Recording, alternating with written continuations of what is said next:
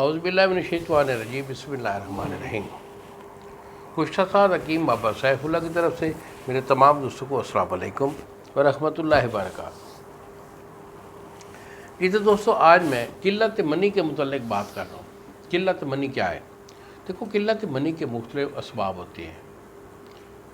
मिजाज में अगर सर्दी खुश्की आ जाए, यानी खुश्की का बढ़ जाना, या गर्मी खुश्की हो मिजाज की तो उसमें खुश्की बढ़ जाए, तो खुश्की की वजह से मादा जो है उसका खुश्क हो जाता है, यानी बनना ही बंद हो जाता है। अगर बनता है तो बहुत कलील होता है। ये खुश्की की वजह से होता है।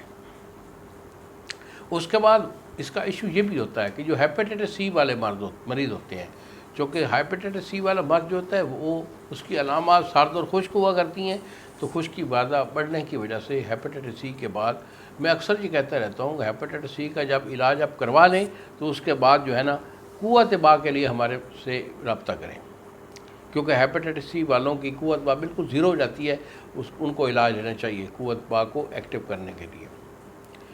तो ये भी इनका इशू होता है कि किल्लत मनी में जो है ना, मादा खुश्क हो जाता है और उनकी जो है मनी नहीं बनती, और उसके सबब से कई दिन कई महीने गुजर जाते हैं, तो उनको जो है ना शौक़ ही नहीं होता वाइफ के पास जाने का।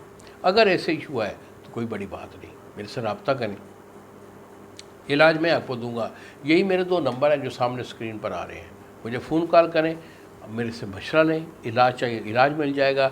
इस 1-1.5 महीना तक इसे इस्तेमाल कर लें। अल्हम्दुलिल्लाह, नईफ़ से नईफ़, कमज़ोर से कमज़ोर लोग जो हैं वो अल्हम्दुलिल्लाह 1-1.5 महीने के इलाज में 100% अल्लाह ताला उनको शफ़ा देता है। इन्हीं अल्फाज के साथ इजाज़त दीजिए बाबा जी को। अगली वीडियो तक अस्सलाम वालेकुम व रहमतुल्लाहि व बरकातहू।